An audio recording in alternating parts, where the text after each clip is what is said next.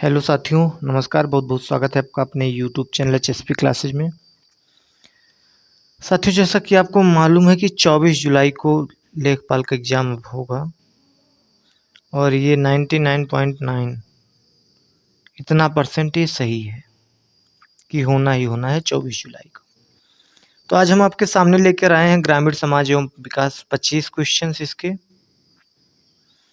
और साथियों, ये क्वेश्चन प्रीवियस ईयर के हैं, मतलब 13/9/2015 कि इवनिंग शिफ्ट को जो पेपर हुए थे उसी का पेपर है ये। ठीक है, तो चलिए शुरू करते हैं। आपके सामने पहला प्रश्न है कि 2011 की जनगणना के अनुसार उत्तर प्रदेश का सबसे अधिक जनसंख्या वाला शहर कौन सा है। 2011 की जनगणना,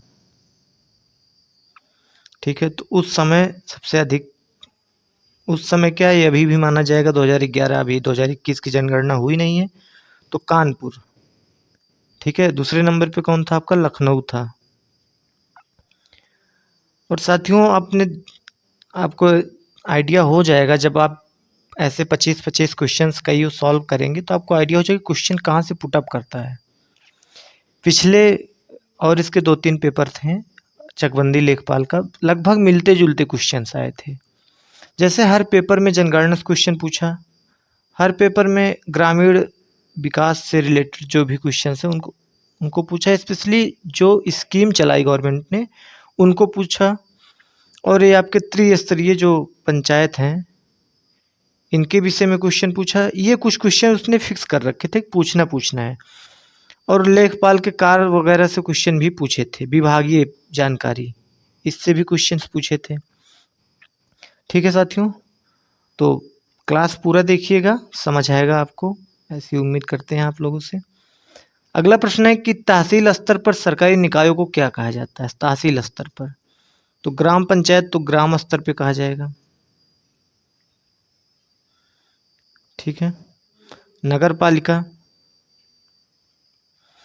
ये नगरों के लिए है, तो ऑप्शन ए आपका सही है, पंचायत समिति कहा जाता है। ठीक है, और यह पंचायत समिति जो होती है यह ग्राम पंचायत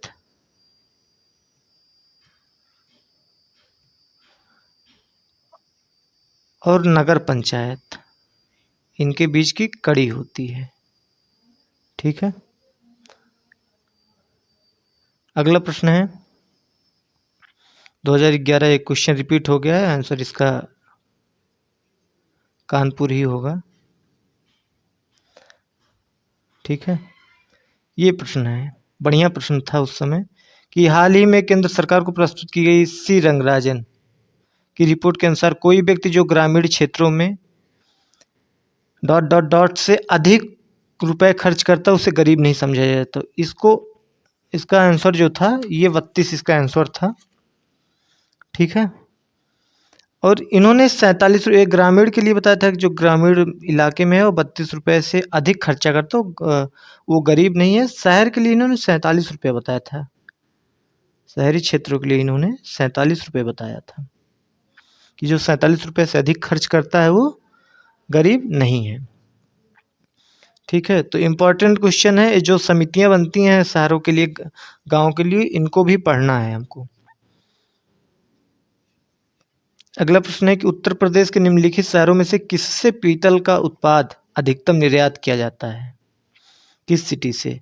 तो पीतल नगरी हम सबको पता है, मुरादाबाद सही आंसर है, मुरादाबाद को कहते हैं पीतल नगरी। ठीक है, कानपुर के विषय में आप लोग जानते हैं, चमड़ा के लिए प्रसिद्ध है, चमड़ा। और इसका एक नाम और क्या है, उत्तर भारत का मैनचेस्टर, उत्तर भारत का मैनचेस्टर। बनारस किसके लिए प्रसिद्ध है। बनारस क्वेश्चंस आने की संभावना बढ़ गई है, ज्ञानव्यापी मस्जिद चर्चा में है। ठीक है, इसके अलावा यहाँ काशी विश्वनाथ का मंदिर है।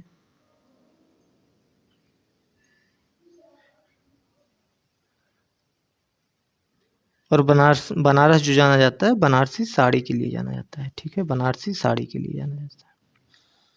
लखनऊ लखनऊ जाना जाता है चिकनकारी के काम के लिए। चिकनकारी, ठीक है।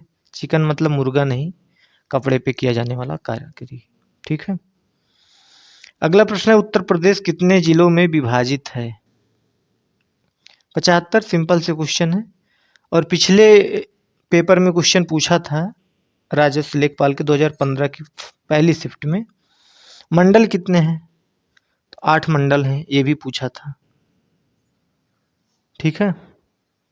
सॉरी 18 मंडल हैं, 8 18, और 822 ब्लॉक हैं, 822 ब्लॉक हैं, 5221 पंचायतें हैं, 5221 पंचायतें हैं, इसको आप नोट डाउन कर सकते हैं। और लगभग 1,74,052 गांव हैं, लगभग 1,74,052 गांव हैं 2011 के अकॉर्डिंग, ठीक है। और न्यू डेटा आया होगा, आप लोग देख लीजिएगा, लेकिन 75 जिला और 18 मंडल ये तो आपका फिक्स है। ये देखिए क्वेश्चन जो हैं स्पेशली गांव से रिलेटेड हैं, और आप देखेंगे भी इसका एक एक क्वेश्चन आप ऑब्जर्व करेंगे तो गांव से रिलेटेड ही क्वेश्चन आपको मिलेंगे। अंबेडकर विशेष रोजगार योजना यानी AVRY के अंतर्गत परियोजना की इकाई लागत इतने से कम नहीं होनी चाहिए। तो आंसर, इसका सही आंसर था 50,000, ठीक है, इससे कम नहीं होना चाहिए था। अगला प्रश्न, डॉट डॉट डॉट सुल्तानपुर ने सामाजिक वानिकी योजना कुशल कार्य प्रणाली के लिए केंद्रीकृत डाटाबेस की समस्या का समाधान करने की पहल की है। किसने की है? तो इसका सही आंसर आपका होगा ऑप्शन डी, राष्ट्रीय सूचना केंद्र, जिन्हें NIC के नाम से आप लोग जानते हैं, ठीक है, नेशनल इंफॉर्मेटिक्स सेंटर। इन्होंने किसके लिए? सामाजिक वानिकी योजना। आप एक एक क्वेश्चन आराम से देखिएगा, ऑब्जर्व करेंगे, सब गांव से रिलेटेड आपको क्वेश्चन मिल जाएंगे।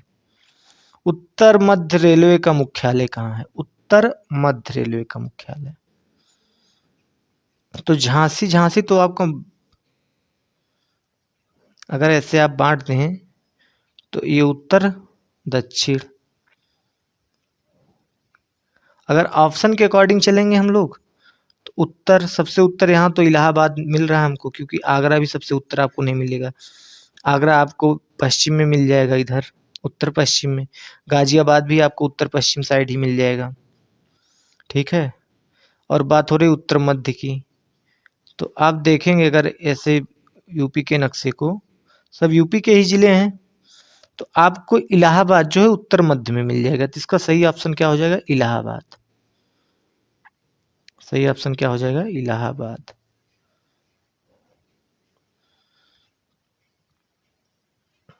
इलाहाबाद में एक स्पेशल जगह है, कौन सी? सूबेदारगंज, वही मुख्यालय है इसका, ठीक है।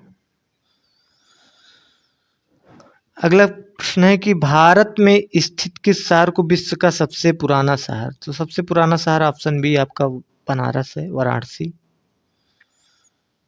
ठीक है। सारनाथ, सारनाथ इसका एक नाम है, ऋषिपत्तनम नाम क्या है, वहाँ एक जगह थी। और आपको पता होगा कि गौतम बुद्ध का पहला उपदेश हुआ था, इस वजह से इसे लोग जानते हैं, गौतम बुद्ध का पहला उपदेश, प्रथम उपदेश, ठीक है। अगला प्रश्न है, चमड़े की वस्तुओं के लिए प्रसिद्ध जिले कौन से हैं? तो चमड़े की वस्तुओं के लिए ऑप्शन ए आगरा और कानपुर। कानपुर हम लोग चमड़े के लिए स्पेशल जानते हैं। अगर ऑप्शन के अकॉर्डिंग चलेंगे और किसी ऑप्शन में है भी नहीं, ठीक है, और किसी ऑप्शन में नहीं है। अगर थोड़ा थोड़ा डिस्कस करें सभी ऑप्शन के बारे में तो जौनपुर, जौनपुर को पूरब का सिराज कहते हैं, पूरब का सिराज। और किसके समय में, यह किसका शासन था? कभी सरकी वंश का, सरकी वंश का शासन था। रामनगर, रामनगर कोई जिला है नहीं अपने यहाँ, रामपुर जरूर है। रामपुर को चाकू नगरी, चाकुओं का शहर कहा जाता है। और रामपुरी चाकू की एक पर्यायवाची भी है।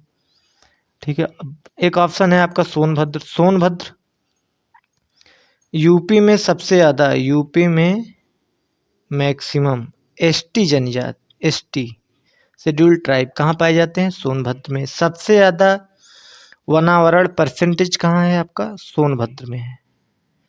ठीक है, इलाहाबाद, इलाहाबाद में हाई कोर्ट है, और एक दिन के लिए कभी आपका इलाहाबाद भी यूपी की राजधानी बनी थी। मुरादाबाद, पीतल नगरी और लखनऊ आपका राजधानी है और चिकनकारी के लिए भी जाना जाता है। इसके अलावा लखनऊ में बहुत कुछ है, आप अगर यूपी स्पेशल अलग से पढ़ेंगे तो आपको मिलेगा। और पहली क्लास है, मैंने इसके पहले भी पढ़ाया बहुत पहले, लेकिन वो मुझे नहीं लगता इतना अच्छा रहा होगा, लेकिन ये थोड़ा सा बेटर रहेगा। और आप लोग ज़रूर बताइए क्लास कैसी लगी है। अगला क्वेश्चन है इंदिरा आवास योजना, जो कि एक केंद्र समर्थित योजना है। केंद्र सरकार के साथ लागत सहभाजन का अनुपात क्या है? मतलब इसका ये है कि कितना रुपया केंद्र सरकार देगी इस योजना के लिए और कितना रुपया राज्य सरकार देगी। मतलब सेंटर और स्टेट, इसका रेशियो क्या रहेगा खर्चे का? तो केंद्र सरकार यहाँ आपको देती है 75%, हाँ 75% पैसा केंद्र सरकार देती है, और 25% पैसा इस योजना के लिए कौन देता है? आपका स्टेट गवर्नमेंट यानी राज्य सरकार देती है। ठीक है, और ये इंदिरा आवास योजना कब चलाया गया था? तो ये योजना 1985-86 में चलाई गई थी, 1985-86 में। ठीक है साथियों, और 75% केंद्र सरकार और 25% आपका स्टेट गवर्नमेंट देती है इसके लिए। अगला प्रश्न है, भू कृषि का रिकॉर्ड कौन सा है? भू कृषि का रिकॉर्ड कौन सा है? तो भू कृषि का रिकॉर्ड क्या कहलाता है? गिरदावरी कहलाता है। ठीक है, अब यहाँ आपको एक दो शब्द और मिलेंगे, जैसे खेतौनी। खेतौनी क्या है आपका? खेतौनी के बारे में जान लीजिए कि एक किसान के पास कितनी ज़मीनें हैं, कुल कितनी ज़मीनें हैं, उसकी एंट्री, उसका एंट्री की इंग्लिश जो भी होती, हिंदी जो भी होता हो, इंद्राज कहते हैं। बहुत ज़्यादा शुद्ध हो जाता है इंद्राज। एक किसान के पास कितनी ज़मीनें हैं, कुल ज़मीनों का लेखा जोखा।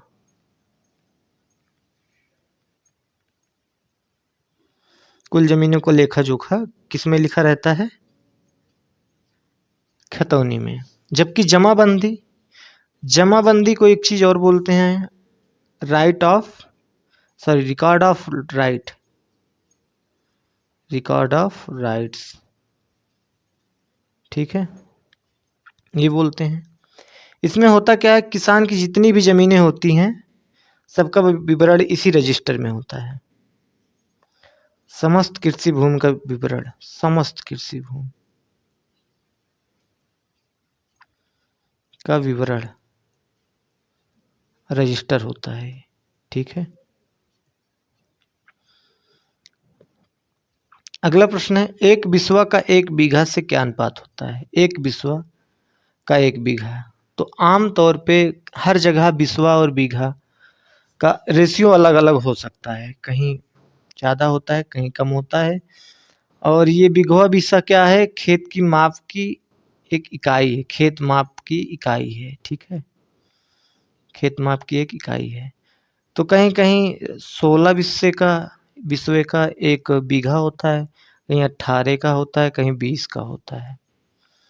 ठीक है, तो एक 20वां जो होता है यही इसका अनुपात होता है, यानी एक बिस्सा बराबर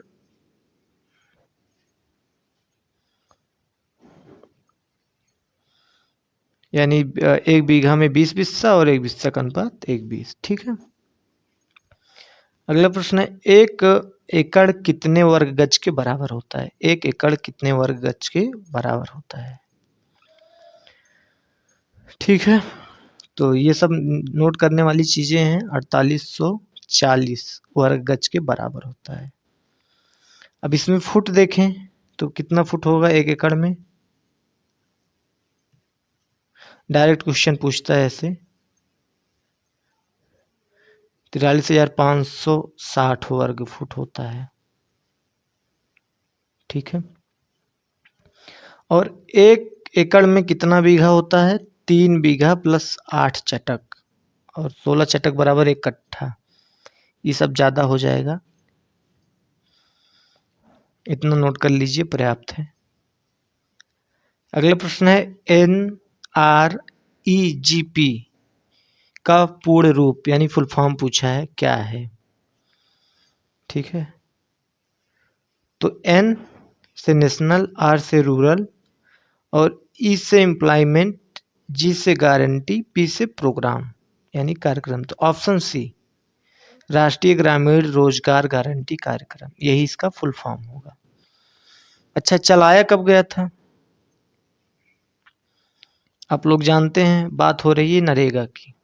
ठीक है, कब चलाया गया था? 2 फरवरी 2 फेब 2006 की, 6 को ये चलाया गया था।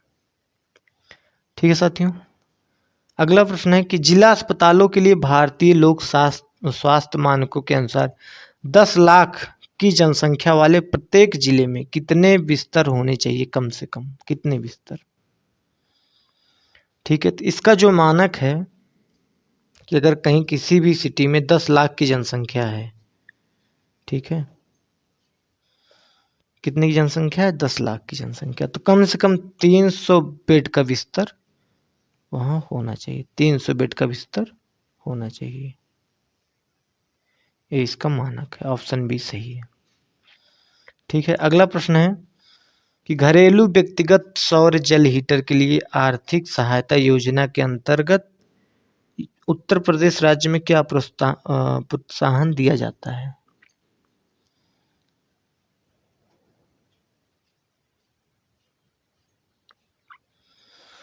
तो बट्टा दिया जाता है। ये सब क्वेश्चन कुछ ऐसे होते हैं कि आप सोचेंगे और लगेगा बड़ा इजी है, लेकिन कहीं ना कहीं से नहीं हो पाता है, और ऐसे ही क्वेश्चन कंफ्यूजन क्रिएट करते हैं, क्योंकि इसके चारों ऑप्शन ऐसे हैं: कर रियायत, कर मुक्ति, बट्टा, छूट। सोचिए, तो बट्टा दिया जाता है। ठीक है, चारों लगभग देखेंगे तो आप समानार्थी शब्द पाएंगे। अगला प्रश्न, उत्तर प्रदेश की प्रमुख व्यावसायिक फसल क्या है? उत्तर प्रदेश की प्रमुख व्यावसायिक फसल क्या है? तो गन्ना है, गेहूं, मक्का, चावल, ये सब आपकी कृषि फसल है, गन्ना है। इसी वजह से सबसे ज़्यादा चीनी मिलें कहाँ हैं? सबसे अधिक चीनी मिलें कहाँ हैं? उत्तर प्रदेश में। ठीक है, सबसे पहली चीनी मिल कहाँ लगी थी? देवरिया में लगी थी। कहाँ लगी थी? देवरिया में। देवरिया उत्तर प्रदेश में सबसे पहले चीनी मिल लगी हुई थी। ठीक है, अगला प्रश्न है, एक ग्राम के वार्डों से चुने हुए कितने सदस्य होते हैं जिन्हें पंच कहते हैं? ठीक है, तो एक गांव में कई वार्ड होते हैं,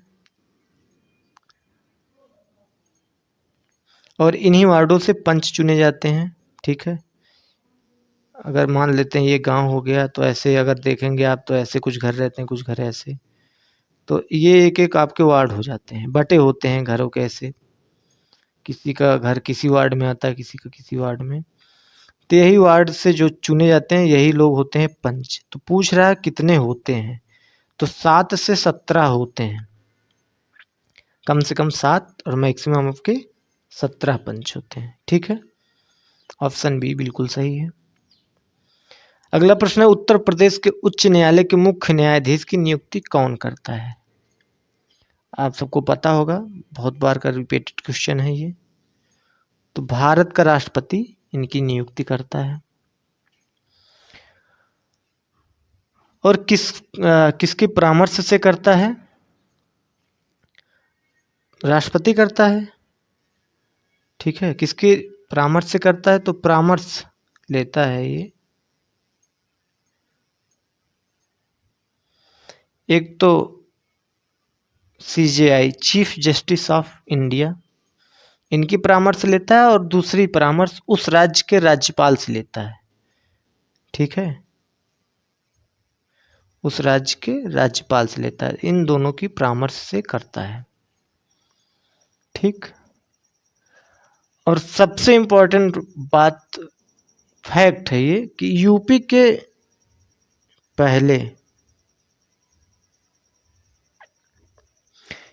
पहले मुख्य न्यायाधीश कौन थे? मुख्य न्यायाधीश कौन थे?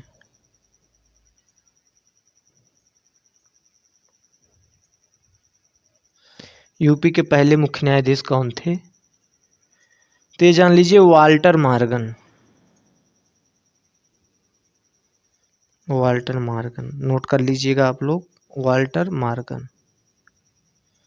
ये यूपी के पहले मुख्य न्यायाधीश थे। कौन? Walter Morgan. वर्तमान में कौन है? आप लोग कमेंट करके बताएंगे कि वर्तमान में कौन है। अगला प्रश्न है, उत्तर प्रदेश में एक वर्ष में न्यूनतम कितनी ग्राम सभा की मीटिंग होनी चाहिए? न्यूनतम, तो न्यूनतम तो कम से कम आप लोग 2 बार करेंगे मीटिंग। ठीक है, और ये लिखा कहाँ गया? पंचायत राज के एक्ट 2 के सेक्शन 6(3) में लिखा गया है। इतना डीप नहीं पूछता, बता रहे हैं। एक व्यक्ति के लिए पंचायत का सदस्य बनने की न्यूनतम आयु कितनी होती है? तो बहुत सारे बच्चे कंफ्यूज होते हैं कि 18 वर्ष गांव की बात है, तो गांव की बात है तो 21 वर्ष होनी चाहिए। 18 वर्ष आपका क्या है? वोट देने का है। 25 वर्ष क्या है आपका? विधानसभा और लोकसभा के लिए है। ठीक है, विधानसभा और लोकसभा, विधान परिषद और राज्यसभा की बात नहीं कर रहे हैं। 25 वर्ष कम से कम होने चाहिए आपकी विधानसभा और लोकसभा के लिए, जिनका डायरेक्ट आप लोग इलेक्शन करके सदन में भेजते हैं। ठीक, 35 वर्ष किसकी होनी चाहिए? राष्ट्रपति और राज्यपाल की। ठीक, इनकी होनी चाहिए 35 वर्ष। अच्छा, उपराष्ट्रपति के लिए कितनी वर्ष की आयु होनी चाहिए? ये आप लोग कमेंट में बताएं कितने वर्ष की उम्र होनी चाहिए। ठीक, न्यूनतम वर्ष। अगला प्रश्न है, मध्याह्न भोजन कार्यक्रम के अंतर्गत विद्यालय स्तर पर बच्चों के न्यून भार की प्रतिशतता का आकलन किस आवृत्ति पर किया जाना चाहिए?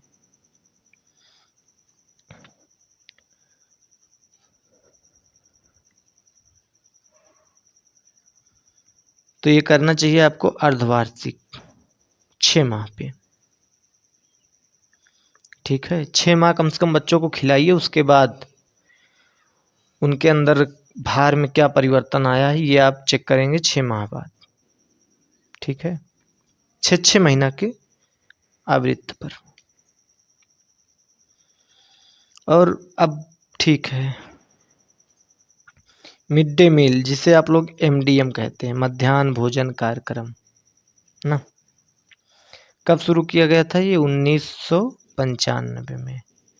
पहले आपको खाने में अनाज दिया जाता था, मतलब जाइए कोटेदार के यहाँ से अनाज लीजिए, उसके बाद जाइए, हम लोग गए थे अनाज लेने, उसके बाद आपको विद्यालय में बना के खिलाया जाने लगा। ठीक है, अच्छा, इसमें भी जो स्टेट और सेंटर यानी केंद्र और राज्य का अनुदान है वो कितना है?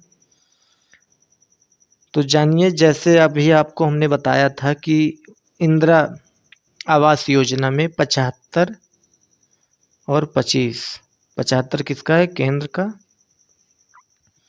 और राज्य का 25 है। मतलब 100 रुपये अगर आना है तो 75 रुपया केंद्र देगा, 25 रुपया राज्य देगा। वही सेम कंडीशन इसमें भी है, यहाँ भी आपका 75 रुपया जान लीजिए केंद्र देगा, 25 रुपया आपका राज्य देगा। ठीक, परसेंट में यही रहेगा। अगला प्रश्न है कि मनरेगा के अंतर्गत सामग्री संगठक के मामले में केंद्र और राज्य द्वारा किए गए निधिकरण का अनुपात क्या है? साथियों, आपने देखा 3 क्वेश्चन इसके ऐसे आए थे जिसमें जो अनुदान दिया जाता है उसका परसेंट पूछा था। केंद्र और राज्य के बीच कितना कितना परसेंट है। तो यहाँ भी सेम केंद्र और राज्य का पूछा है तो 75-25 का है। ठीक है। और मनरेगा का नाम आपको मालूम होगा कि फुल फॉर्म इसका है महात्मा गांधी राष्ट्रीय ग्रामीण रोजगार योजना। कब शुरू हुआ था? 25 अगस्त 2005 को। ठीक है, 25 अगस्त 2005 को शुरू किया गया था। और इसमें भी वही है, केंद्र 75 देगा और राज्य आपका कितना देगा? 25 देगा। मैंने आपको मिड डे मील मध्याह्न भोजन कार्यक्रम का बताया, इंदिरा आवास का बताया और मनरेगा का बताया। तीनों का रेशियो 75-25 का है, केंद्र और राज्य के मध्य। ठीक साथियों, आगे बढ़ें। और साथियों यही लास्ट क्वेश्चन था। आई होप 25 क्वेश्चन पूरे हो गए हैं। मुझे याद है कि एक क्वेश्चन हमारा मिस हुआ था, रिवाइज होने की वजह से उसको शामिल नहीं कर पाए थे। तो वो क्वेश्चन मैं आपको बता देता हूँ कौन सा है। क्वेश्चन था कि कौन सी उपभाषा रोहिलखंड और ऊपरी दोआब में बोली जाती है। अगर यूपी को ऐसे लेकर आप चलें, ठीक है, ऐसे लेके चलें कि ये यूपी है, ठीक है, यहाँ आपका झांसी है। अगर ऐसे मानते हैं यूपी है, आप लोग ध्यान से देखिएगा। पूछा है कि रोहिलखंड या रुहेलखंड का हिस्सा किसे जाना जाता है। तो पश्चिमी उत्तर प्रदेश के जो बरेली, फर्रुखाबाद और रामपुर ये क्षेत्र हैं, ये रोहिलखंड के नाम से जाने जाते हैं। और ब्रज भाषा में ये क्षेत्र आपके आ जाते हैं। देखिए यहाँ से ऐसे क्षेत्र हैं आपके, ये ब्रज भाषा के क्षेत्र हैं। इसमें आपके ब्रज भाषा, ठीक है। ब्रज भाषा वाले क्षेत्र कौन से हैं आपके? मथुरा, अलीगढ़, फिरोजाबाद सब ब्रज भाषा हैं। अवध के क्षेत्र कौन से हैं? यहाँ से लेकर आप यहाँ तक के क्षेत्र को जाएंगे, जौनपुर तक के क्षेत्र को, तो ये आपका अवध क्षेत्र में आता है। ठीक है, और यहाँ अवधी बोली जाती है। जबकि इसके बाद आप जाते हैं, यहाँ मिर्जापुर तक ये कवर करता है आपका। इसके बाद जाते हैं आप पूर्वांचल, ठीक है, तो यहाँ लोग भोजपुरी बोलते हैं, आपको मिल जाते हैं भोजपुरी। ठीक है, पूर्वांचल में जाएंगे। अवधी आपकी लखनऊ, प्रतापगढ़, सुल्तानपुर, अमेठी, रायबरेली, यहाँ कुल बोली जाती है अवधी। बुंदेलखंडी अगर आप देखेंगे तो ऐसे जाएंगे, ऐसे आपको ऐसे जो एमपी से लगा हुआ इलाका है बुंदेलखंड का, ये मिल जाता है। झांसी, ग्वालियर, जालौन, ग्वालियर तो आपका एमपी में पड़ जाता है, लेकिन महोबा, उरई, ललितपुर, हमीरपुर ये सब इलाके आपके जो हैं बुंदेलखंड में आते हैं। तो ये कहाँ का हो गया? बुंदेलखंड का। ठीक है, अब ये आपको मिलता है रुहेलखंड का इलाका। तो ये इलाका जो आपका है ये है रुहेलखंड का। तो पूछा था क्वेश्चन में कि रुहेलखंड वाला इलाका कौन सा है। ऑप्शन दिया था, सॉरी, पूछा था कि कौन सी उपभाषा राज्य के पश्चिमी भागों रोहिलखंड, ऊपरी दोआब में बोली जाती है। ठीक है, तो वहाँ आपकी खड़ी बोली बोली जाती है। रोहिलखंड में कौन सी बोली बोली जाती है? खड़ी बोली।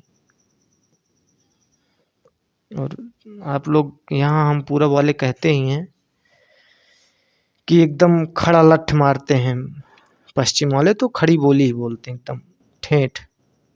ठीक है, तो आई होप साथियों आपको क्लास अच्छी लगी होगी। प्लीज़ पूरा वीडियो देखिएगा, चैनल को शेयर कीजिएगा, वीडियो को शेयर कीजिएगा, चैनल को सब्सक्राइब कीजिएगा। और थोड़ा सा अगर आप लोग ऐसे हौसला बढ़ाएंगे तो ऐसी और इससे बेहतर क्लास हम लाने की कोशिश करेंगे। ठीक है साथियों, जय हिंद, जय भारत, वंदे मातरम।